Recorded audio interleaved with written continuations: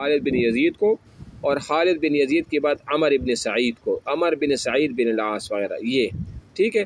اب یہ تھے، اور ان کا آپس میں رشتہ داری بھی تھی۔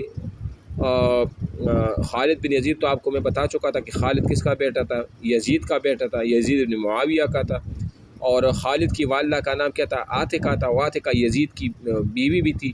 پھر جب یزید مر گیا تو مروان نے ان کے ساتھ ہمدردی حاصل کرنے کے لیے، تاکہ میں ان کی بیوہ سے شادی کروں گا تو ان کی ہمدردیاں جو ہے نا وہ بنو کلب سے تھی، چونکہ وہ اس کی ہمدردیاں میرے ساتھ ہوگی، تو چونکہ خلافت حاصل کرنے کے لیے میرے سامنے کوئی رکاوٹ بھی وہ بھی نہیں ہوگی، ٹھیک ہے۔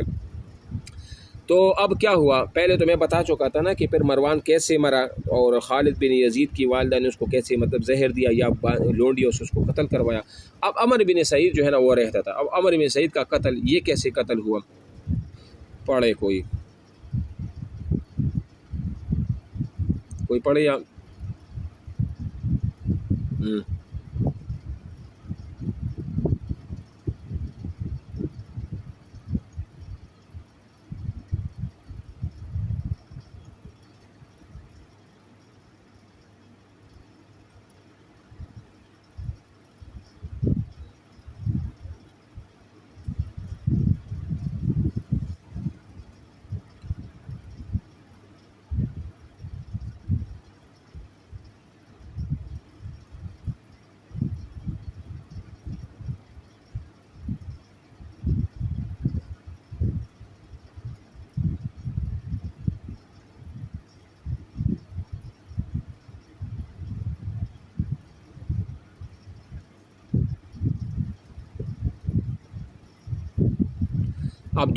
عبدالعزیز جو تھا نا، عبدالعزیز یہ بھی مروان کا بیٹا تھا، مروان کا، اور عبدالملک جو تھا نا یہ کس کا، یہ بھی مروان کا بیٹا تھا۔ یہ دونوں آپس میں بھائی ہیں، عبدالملک بن مروان، نہیں الگ الگ ہے، عبدالملک بن مروان اور عبدالعزیز بن مروان، اور یہ عبدالعزیز جو ہے نا یہ اس عمر بن عبدالعزیز کا بیٹا باپ ہے۔ چلو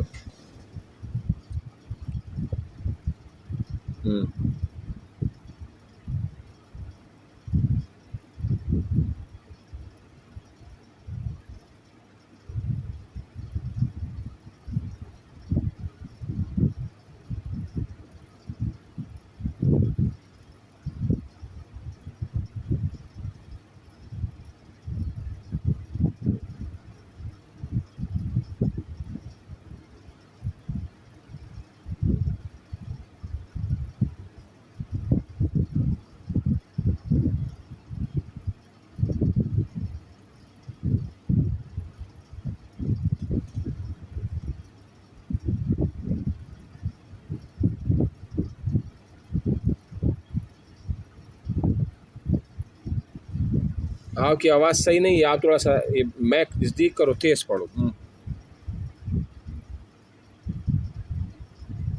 اچھا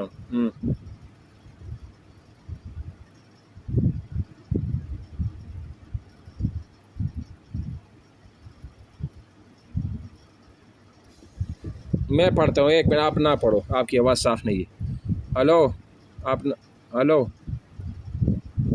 ایک منٹ صبر کرو۔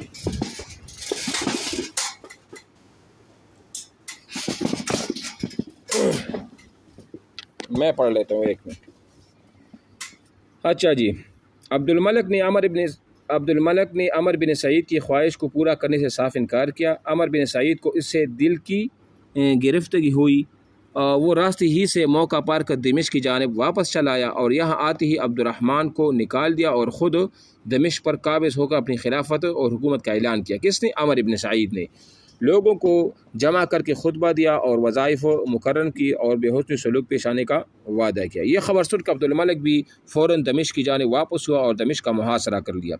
مدت و لڑائی کا سلسلہ جاری رہا اور عبدالملک کی دوسری طرف متوجہ نہ ہو سکا۔ بالآخر لوگوں نے بیچ میں پڑھ کر دونوں میں صلح کرا دی، عہد نامہ لکھا گیا، اور عمر بن سعید نے شہر سے نکل کر عبدالملک کے خیمے میں آ کر ملاقات کی اور دمشق اس کی سپرد کیا۔ عبدالملک کو ہمیشہ عمر بن سعید بن العاص کی طرف سے اندیشہ رہتا اب اس نے مناسب سمجھا کہ اس خدشہ کو بھی مٹا دیا جائے، چنانچہ اس نے دھوکے سے عمر بن سعید کو دربار ملاقات کے لیے بلا بھیجا۔ عمر بن سعید آیا اور حسب دستور عبد الملک کے برابر تخت پر جا بیٹھا۔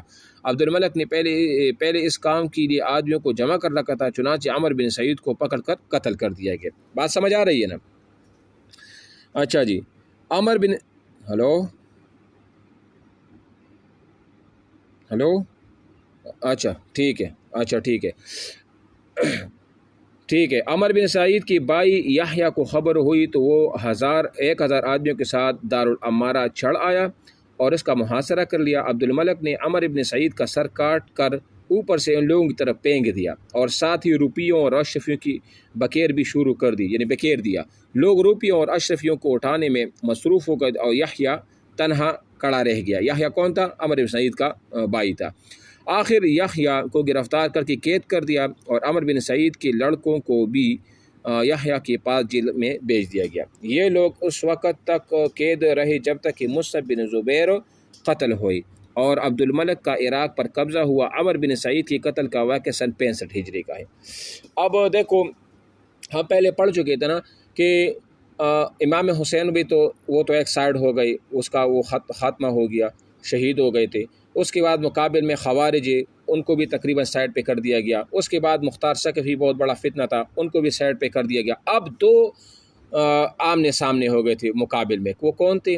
ایک عبداللہ بن زبیر تھے اور ایک عبد الملک بن مروان تھے۔ اب عبد الملک بن مروان چاہتا تھا کہ میں عبداللہ بن زبیر سے بھی نمٹ لوں اور ان کا بھی خاتمہ کروں تاکہ پوری بلاد اسلامیہ پر ایک حیثیت سے میں حکمران بن بیٹھوں، ٹھیک ہے نا؟ اب یہاں پر مصعب بن زبیر کی طرف آ جاتی ہے نا کہ مصعب بن زبیر کی بے احتیاطی۔ اوپر ذکر ہو چکا کہ بصرہ پر 6 مہینے یا 1 سال حمزہ بن عبداللہ بن زبیر نے حکومت کی۔ اس کے بعد بصرہ کا انتظام بھی مصعب بن زبیر کے ماتحت کر دیا گیا۔ مصعب بن زبیر نے خود بصرہ جا کر عمر بن عبداللہ بن معمر کو بصرہ میں اپنا نائب مقرر کیا اور حکم دیا کہ ضرورت پڑے تو خوارج کے مقابلے کی عادت سے خود فارس جائیے اور بصرہ میں اپنی طرف سے کسی کو نامزد کر دی جائے۔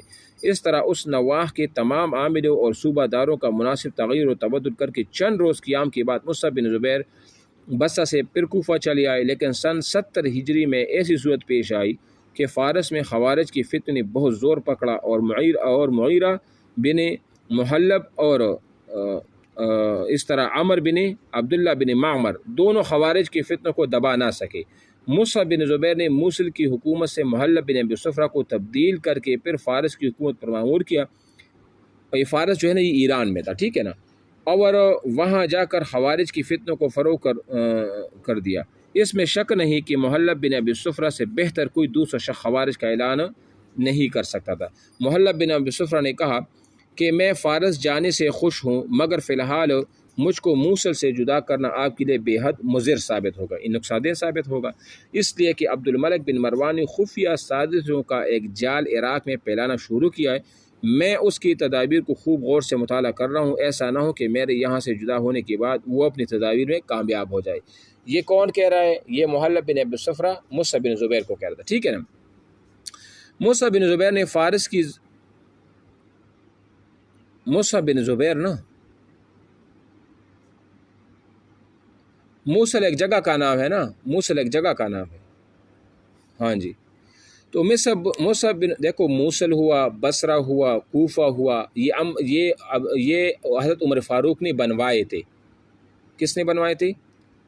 حضرت عمر فاروق نے۔ بصرہ کا شہر جو نا عتبہ بن عثمان رضی اللہ تعالیٰ سے بنوایا گیا تھا۔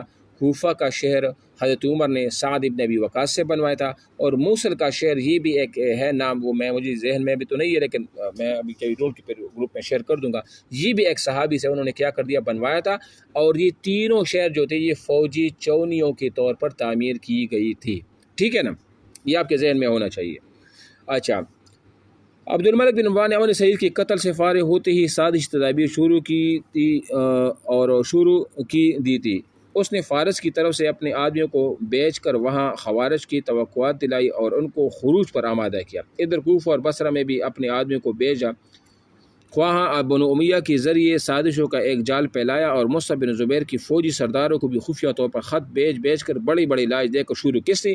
عبد الملک بن مروان نے جو مصعب بن زبیر کے بڑے بڑے لوگ تھے ان کو بھی پیسے اور لالچ دے کر اپنے طرف بلا لیا، حتیٰ کہ محلب اور ابراہیم کو بھی اس نے توڑنا اور اپنی طرف ملانا چاہا، مگر یہ